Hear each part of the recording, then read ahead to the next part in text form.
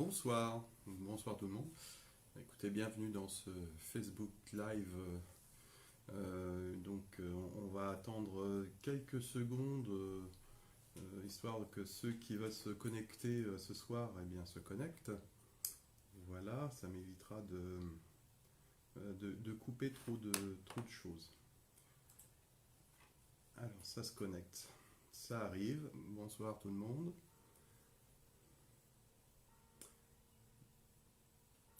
Bien.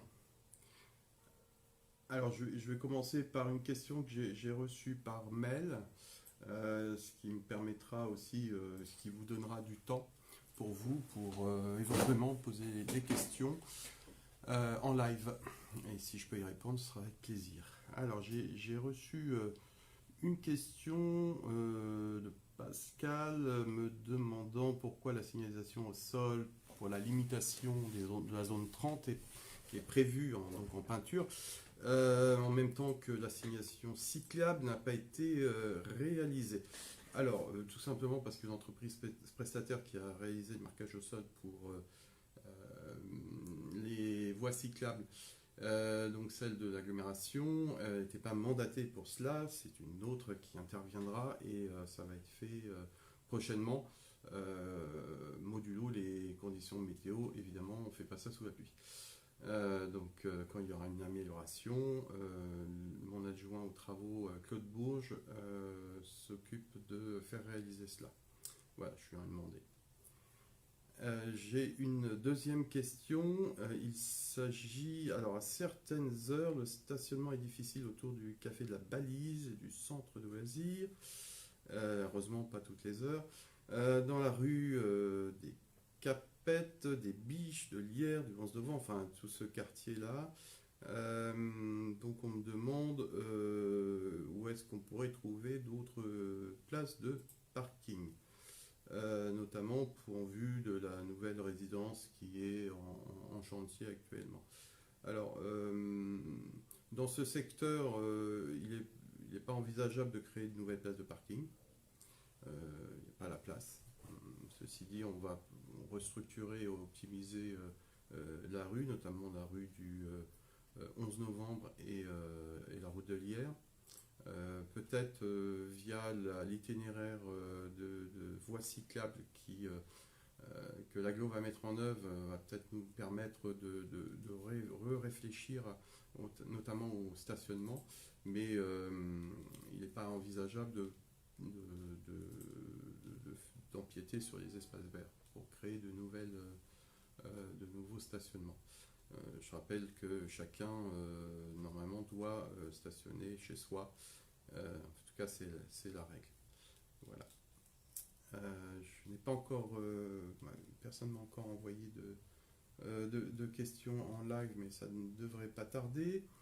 J'ai une autre question sur les agendas qui ont été offerts par la municipalité. Alors je vous rappelle que ça ne nous coûte rien puisque c'est payé par la pub. On me demande est-ce que ce serait pas mieux de les distribuer en novembre.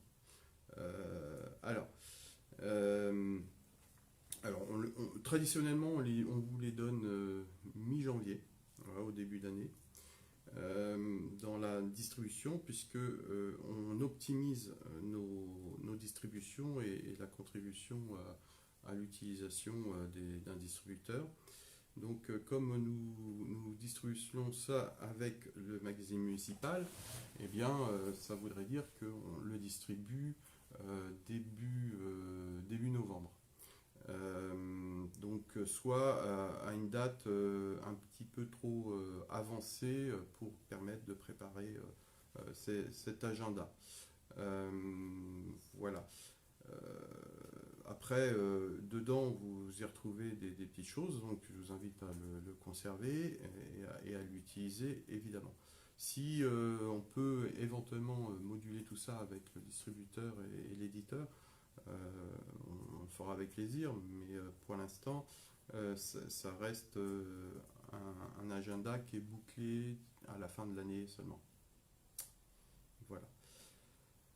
J'ai une question de monsieur, madame alors c'est Michel et Chantal, qui avaient soumis donc l'idée dans un précédent Facebook Live de pérenniser le passage piéton qui avait été tracé provisoirement pendant quelques travaux qu'il y avait eu avenue Gilbert Fergan devant le centre commercial. Donc il y a un passage piéton jaune qui a été implanté.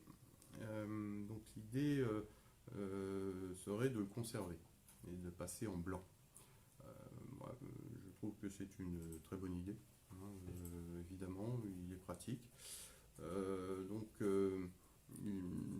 va demander au service voirie de l'agglomération en fait, de sanctuariser. De toute façon, là aussi, avec la piste cyclable financée par l'agglomération et qui passera aussi donc, à avenue Gilbert Fergan, ça va être aussi l'occasion de reconfigurer un certain nombre d'intersections et d'itinéraires. Et les passages piétons en font partie. Donc, alors évidemment, c'est pas pour 2022, mais on essaiera de la passer en blanc ou en tout cas de maintenir en jaune jusqu'à temps qu'on ait à reprofiler toute cette voie. Voilà.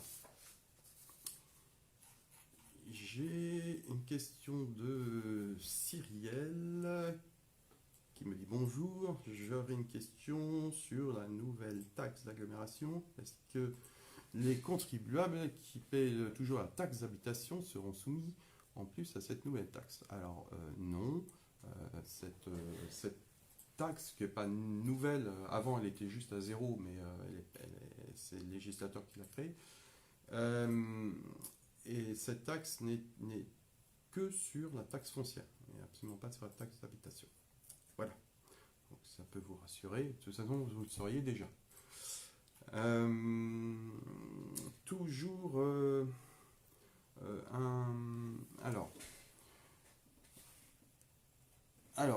ah oui, monsieur Lionel me demande où est-ce que ça en est, l'optimisation des places de parking, enfin des places de stationnement, avenue de la Rogère.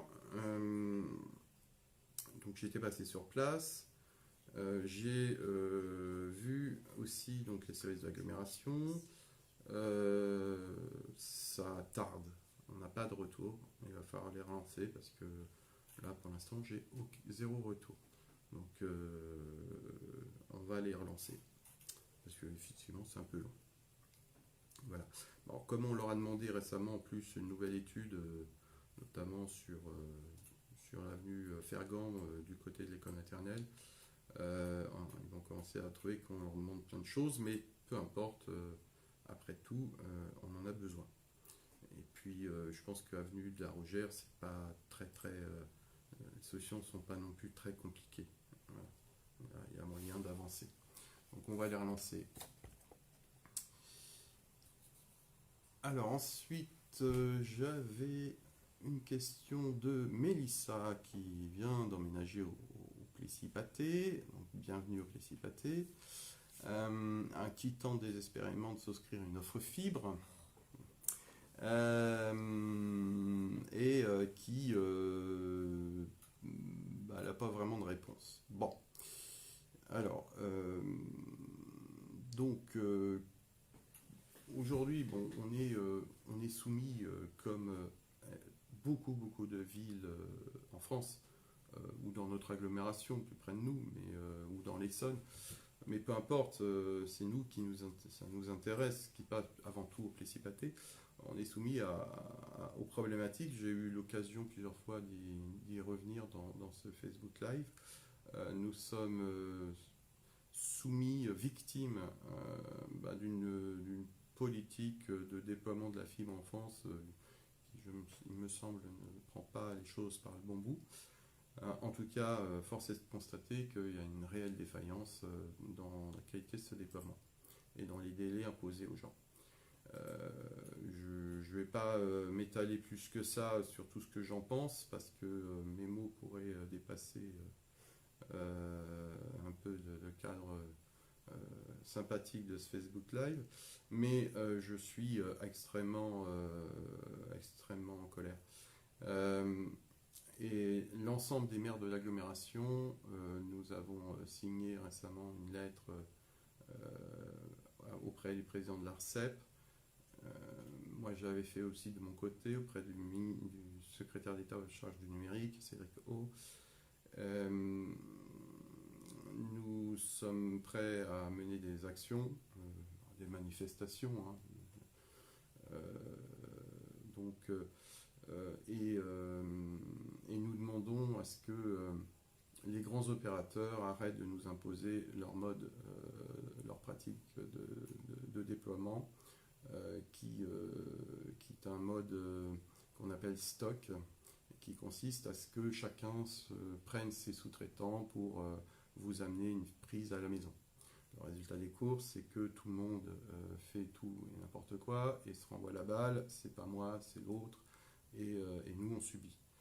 Du coup, on est aujourd'hui tous d'accord, en tout cas les maires de l'agglomération, pour dire qu'il faut revenir à un autre mode de gestion qui était celui qu'on connaissait avant, qui s'appelle le mode OI, opérateur d'infrastructure, où il y ait un seul opérateur qui déploie la fibre.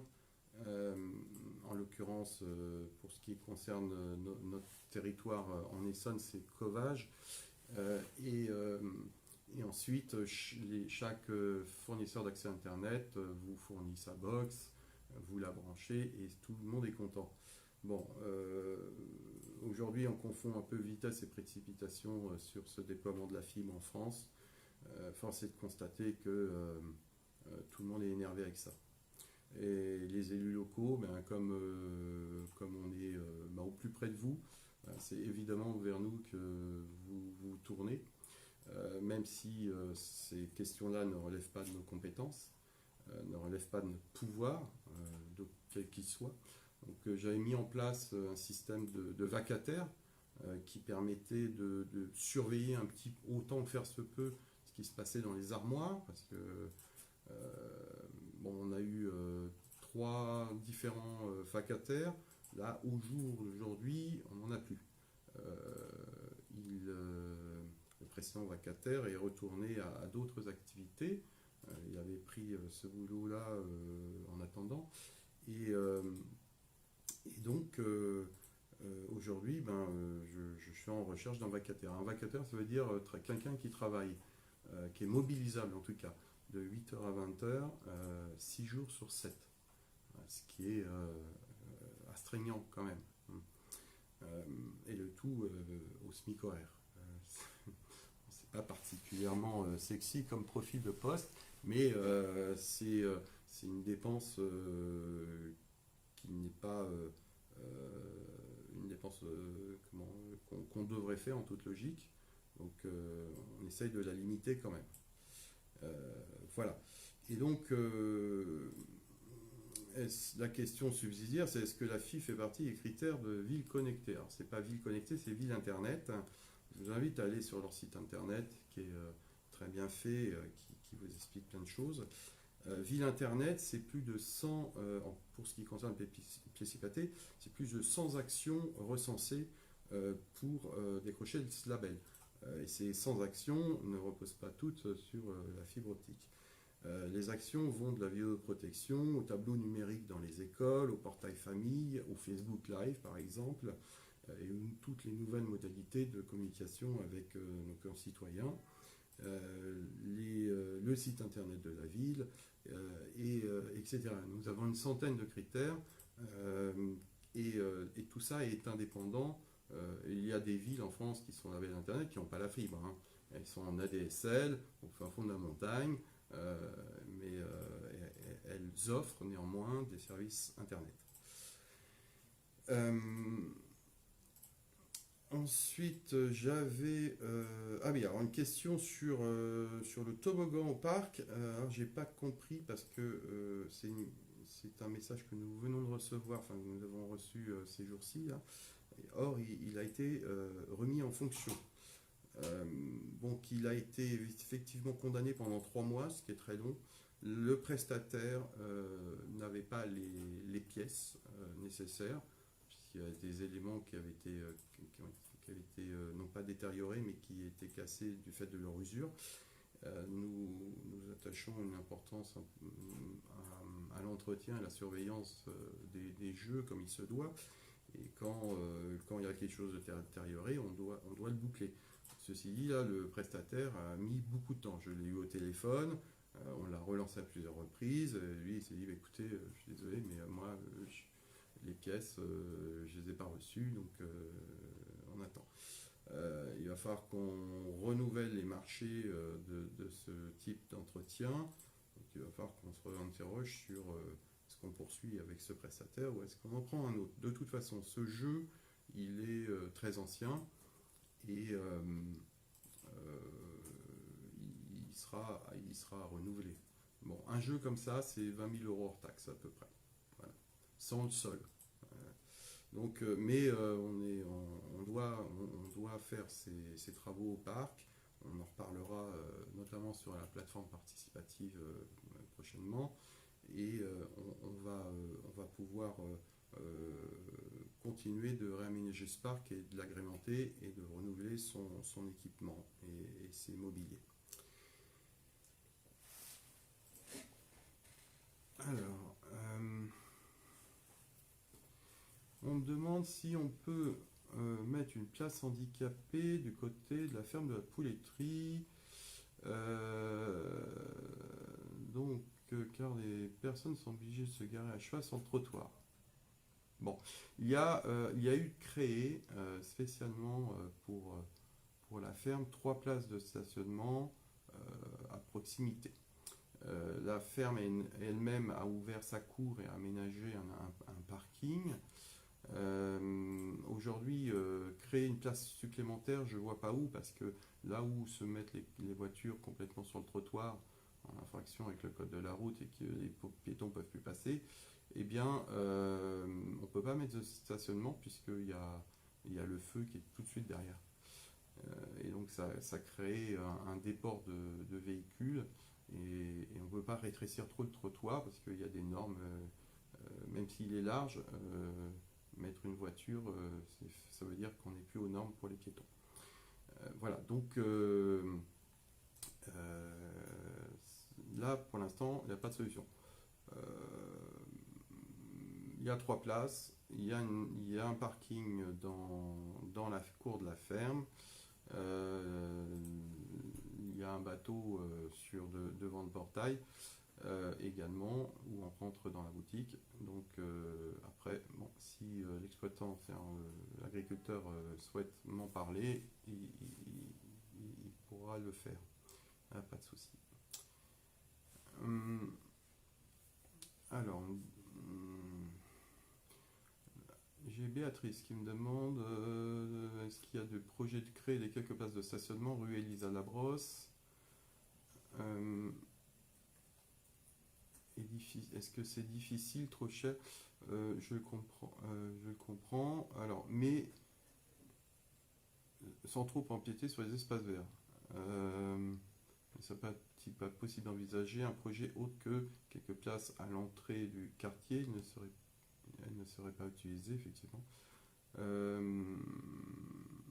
Bon, rue Elisa Labrosse, comment dire, cette rue, c'est un labyrinthe. Elle est vraiment étroite. Bon. Il y a eu précédemment quelques places qui ont été gagnées et puis des marquages au sol qui ont été faits également, notamment sur un petit parking au milieu de la rue. On a recherché il y a quelques années avec des riverains les solutions. Certains me disant on n'a qu'à mettre la rue en sens unique, ce qui n'est pas forcément la meilleure idée parce que ça voudrait dire que 100% des véhicules qui passent dans la rue passeraient forcément devant chacun de ces riverains, soit en rentrant, soit en sortant. À un moment donné, 100% des voitures passeraient devant chez vous. Et que le fait que les voitures sont susceptibles de se croiser, eh bien, ça minimise en tout cas les ardeurs de vitesse que certaines personnes se croient obligées d'avoir, y compris dans des rues qui sont absolument pas faites pour rouler à plus de 20 km/h en fait. Voilà. je rappelle aussi, comme partout, qu'il y a une place de stationnement couverte à l'intérieur dans son garage et une place sur son terrain. Voire pour certains, certains ont la chance de pouvoir en avoir davantage. Donc ce qui est très bien. Donc on voit bien que de toute façon 2 places de stationnement par maison dans certaines maisons ou à certains moments de la vie, quand les enfants sont grands et qu'ils ne sont pas encore partis de la maison, ça devient étroit. Et puis quand vous recevez beaucoup d'invités, ça devient compliqué également. Moi, si vous avez des suggestions concrètes à me faire, je suis prêt à me déplacer à ce qu'on se voit. Mais on va régler d'abord l'avenue de la Rogère avec Lionel. J'ai Morgane qui me demande bonsoir.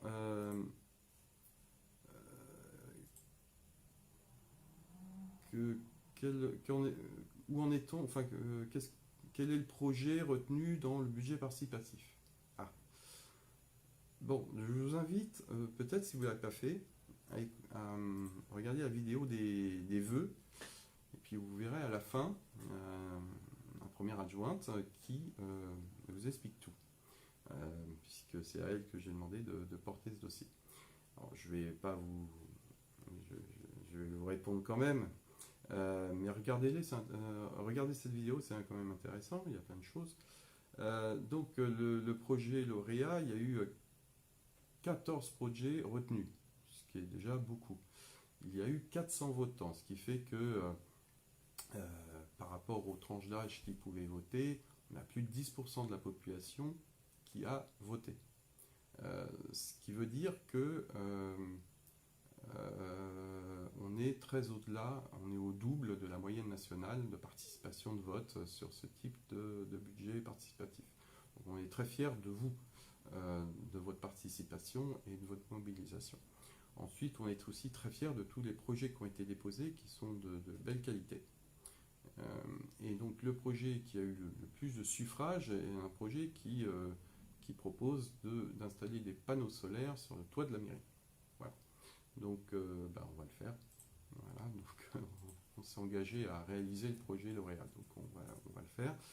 Ça veut dire aussi que les autres projets pourront retenter leur chance les années futures. Voilà, il n'y a pas de souci. Et puis j'ai vu aussi quelques commentaires sur ah bah oui, mais la mairie elle précise pas assez, d'ailleurs. La mairie, c'est pas nous qui déposons les projets, c'est des personnes comme vous qui ont souhaité porter un projet. Donc nous, on a proposé de les aider dans la définition et tous les détails autour de leur projet. Ils ont accepté ou pas accepté, mais en tout cas, on leur a proposé. Et si parfois c'était pas assez précis sur une localisation, sur une évaluation, eh bien écoutez, on y est un peu pour rien. On ne tient pas la main des porteurs de projets. Sinon, ce serait dévoyer ce principe de participation citoyenne à la vie de la commune. Voilà, donc j'espère dans l'année, j'espère qu'on pourra maintenant installer ces panneaux solaires qui occupent l'entièreté du budget réservé pour le budget participatif, c'est-à-dire 30 000 euros. Et si on a des subventions là-dessus, eh bien on continuera à dépenser 30 000 euros, elles ne rentreront pas en déduction. Et donc ça nous permettra peut-être de faire plus de mètres carrés que ce qu'on pourrait faire avec juste 30 000 euros qui comprend les frais d'études, des raccordements, le matériel et je ne sais quoi encore. Voilà. J'ai une question. Le carnaval aura-t-il lieu cette année? Oui, enfin, sauf catastrophe. On espère. On vit dans un monde où parfois l'actualité change. Mais j'espère que le Covid va encore nous laisser tranquilles. Et donc, ce carnaval, alors il y aura toutes les informations dans le prochain magazine. Ça se tiendra le samedi 2 avril. Voilà, ce sera un moment sympathique et un moment de retrouvailles, surtout pour les enfants. J'ai eu une question également de est-ce que je vais parrainer un candidat à l'élection présidentielle? Oui, oui, c'est mon devoir. J'estime que c'est un devoir. Voilà. Donc je vais le faire. D'ailleurs, l'enveloppe est là, elle est prête à être postée. Voilà, à l'adresse du Conseil constitutionnel. Voilà. Avons-nous d'autres questions en live? Nous avons un peu plus de 48 connectés. Il y a du monde. C'est bien.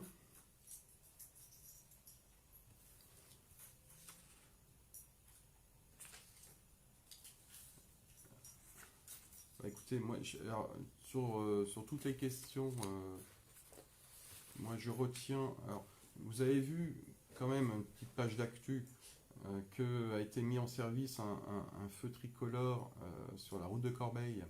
Et ce feu tricolore est issu de ces échanges de Facebook Live. Parce que Facebook Live, c'est sympa, on se parle, enfin on s'échange des informations, on se donne des idées, etc.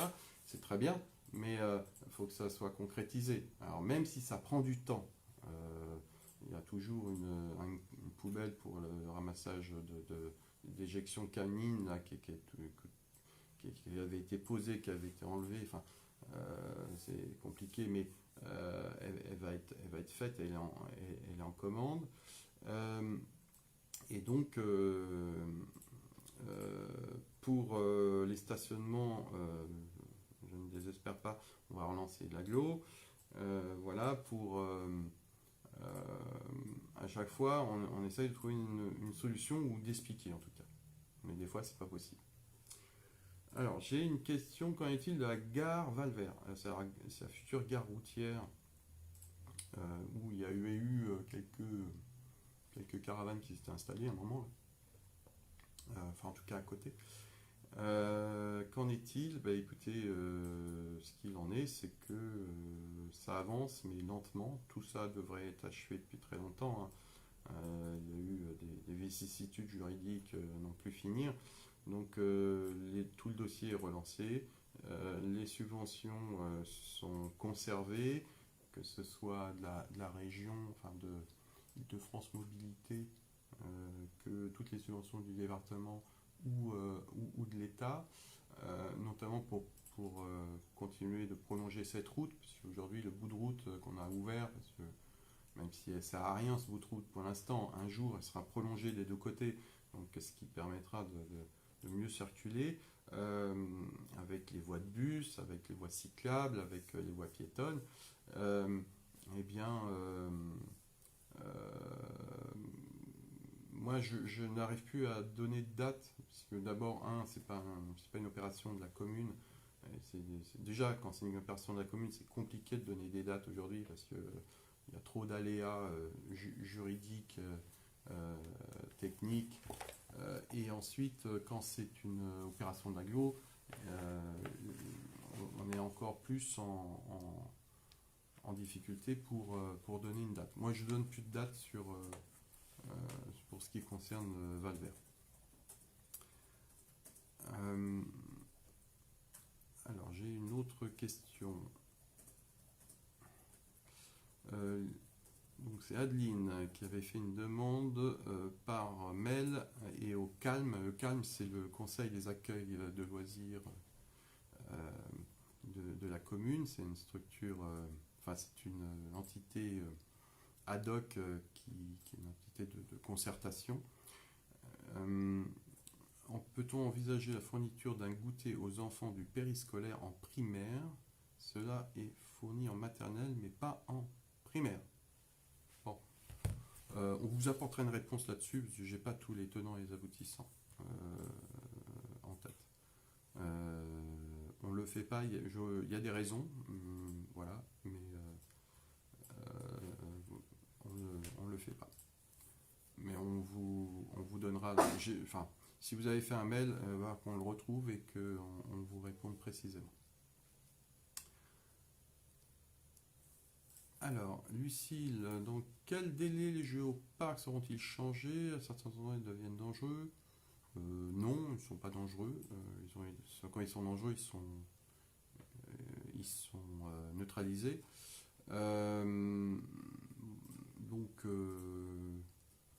en tout cas, si vous constatez un problème, faut nous le dire immédiatement, hein, parce que même si on les surveille, ça peut nous échapper. Donc, dans quel délai on va commencer? Il y a une partie qui est débutée cette année, et l'année prochaine, et l'année encore d'après. C'est successivement en 3 années que l'on restructure l'ensemble du parc, notamment les accès qui sont quand même pas très adéquats aujourd'hui. Alors, concernant le projet studio cinéma sur la base, les emplois seront-ils proposés aux habitants du Plessis-Pathé? Bah écoutez, c'est des emplois proposés à l'ensemble de ceux qui postulent. Voilà. Donc il n'y a pas une priorisation. C'est les employeurs, d'ailleurs c'est les sociétés privées hein, qui gèrent cela, les productions et les gestionnaires. Donc évidemment, quand vous avez la chance de pouvoir aller au travail à pied, c'est formidable. Bon, mais après, vous avez le CV, l'entretien d'embauche, comme partout. Voilà. Mais si on crée des emplois dans le secteur, c'est aussi pour permettre l'opportunité pour les gens qui habitent au Plessis-Pathé ou à Brétigny ou à Bondoufle, enfin, autour de nous, de trouver un emploi proche de leur lieu de domicile, si tant est que, l'emploi en question concorde avec leur profil, et deux, si ils ont envie de changer, évidemment. C'est une opportunité, ce n'est pas une obligation. Après, chaque employeur fait son choix.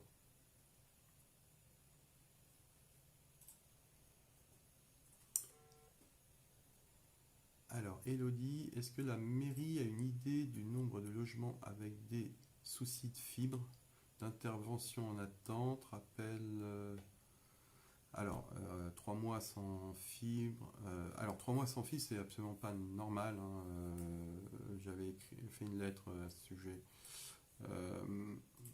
Puisque le délai maximum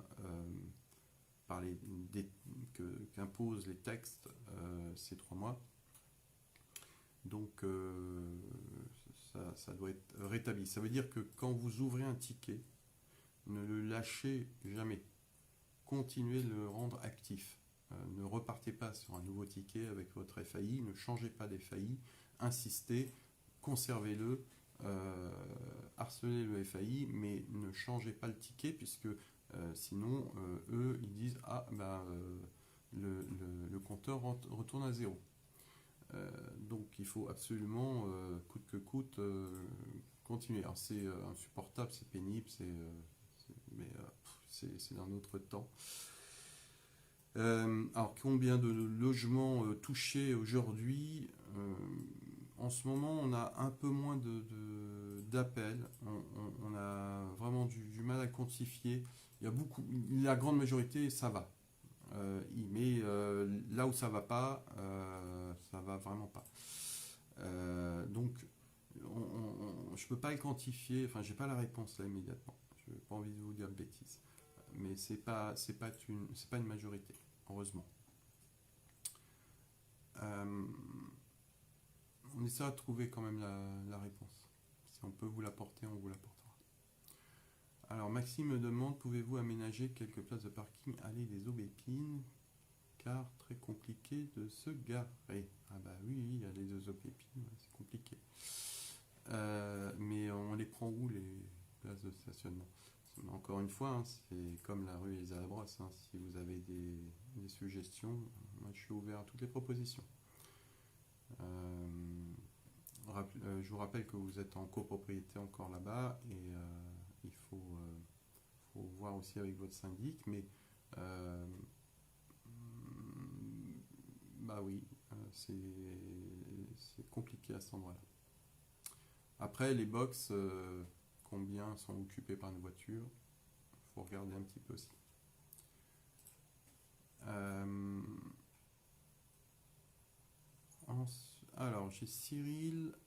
Cyril, donc il faut que je suis en train de m'occuper de problématique des horaires du cimetière.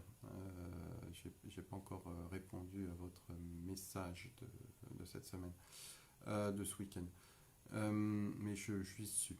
Alors là, Cyril me demande si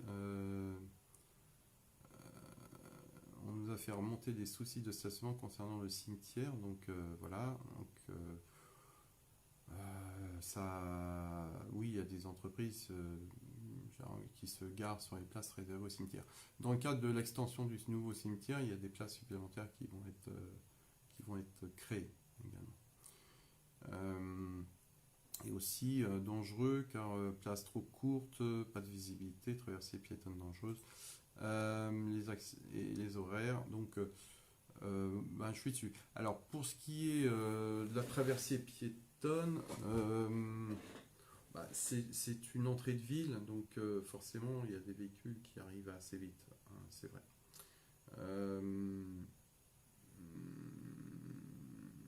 On n'a pas. Je sais pas quelle solution. Quelle solution. Alors, il faudrait mettre un énième plateau, c'est-à-dire les dodanes sur le carrefour. De toute façon, ce carrefour, il m'embête pour une autre raison, mais avec la liaison Centre-Essonne qui borde la gare routière Valvert, qui va se prolonger, ce secteur-là, et notamment la rue Léonard de Vinci, va changer un petit peu de statut. On pourra continuer de desservir tout ce secteur-là, évidemment, mais peut-être plus facile, plus vraiment de cette façon-là, en tout cas. Donc, par contre, oui, sécuriser la traversée piétonne. Bon, heureusement, on n'a pas eu de drame à déplorer là-dessus, mais ça peut arriver. On a eu un accident récemment avec un poids lourd indélicat mais les caméras ont fait leur office et on a eu l'immatriculation, etc. La place est trop courte, oui, elle est un peu courte à cet endroit-là. On reconnaît, il y a une barrière en bois là, sur laquelle les voitures tapent. Dans le cadre de l'extension du cimetière, il faut qu'on reconfigure un peu tout ça. Voilà. C'est une extension qui se réalisera sur 2023-2024. Alors, quant aux horaires, je suis en train de m'occuper des horaires aussi. Voilà.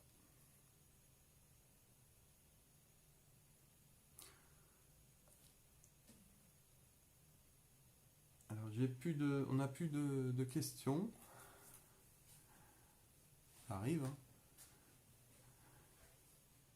Moi, j'en ai plus sur mes petits papiers. Alors, c'est toujours au moment où on se quitte, où il y a quelqu'un qui est en train de taper une question et qui nous dit après, mais vous n'avez pas répondu. Bah oui, mais c'était coupé. Alors, je suis un peu embêté. Ouais, souvent, on répond quand même, hein, mais par message. Non? Ah, peut-être une petite question qui est arrivée. On va la regarder. Ah, le download. Est-ce qu'il y aura un download? Et non, le download c'est terminé. Il y a eu 2 éditions. La 3e a failli se tenir. Ensuite, ça a été reporté. Ça n'a pas pu se tenir non plus. Donc le download a été annulé 2 fois. Pour des raisons dépendantes de la volonté de l'organisateur. Alors la deuxième fois, il y avait En plus, de toute façon, ça ne serait pas pu se tenir, on était en confinement, enfin on était sous Covid.